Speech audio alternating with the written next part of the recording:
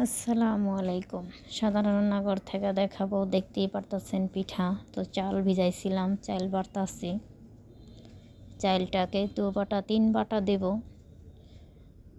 আর চাল বাটাটা যত আঠা পিঠা হইব তত পিঠাটা সুন্দর সফট নরম হইব। তো পোলার চাইলের খুদ আর নাজিশিল চাল একসাথে করে বেটে সুন্দর করে যখন না মিঠাই গলায় রাখছিলাম, সে মিঠাই লবণ একসাথে দিয়ে আটাটাকে গুলিয়ে নিব। অনেক নরম আর সুন্দর। তো এই হলো ক্ষীরাটাকে আগেই বানিয়ে ফেলাইছি, দেখাইতে পারি নাই। তো এরকম এখন পিঠাটা বানাবো।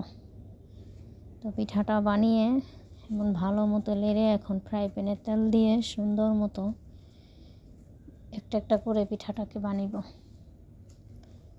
বানিয়ে যখন দিয়ে দিতেছি, লাড়াচাড়া দিয়ে সুন্দর করে ঢাকনা দিয়ে আবার ঢেকে দিব। তো লাড়া দিয়ে আস্তে আস্তে সুন্দর মতো এটাকে এখন ঢেকে দিলাম। একটু পরে তুইলা হালুয়াটা সুন্দর মতো এটার ভিতরে দিব। কেউ হালুয়া বলে, কেউ যে যেটা বলে আর কি। যাই হোক, ক্ষীরাটাকে আমি এখন দিয়ে দিলাম।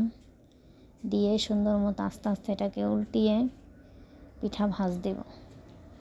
তো এটা যদি ভালো লাগে, লাইক, শেয়ার ও সাবস্ক্রাইব আমার চ্যানেলটা দেশ বা বিদেশে যে যেখান থেকেই দেখেন না কেন সাবস্ক্রাইব করবেন। ধন্যবাদ।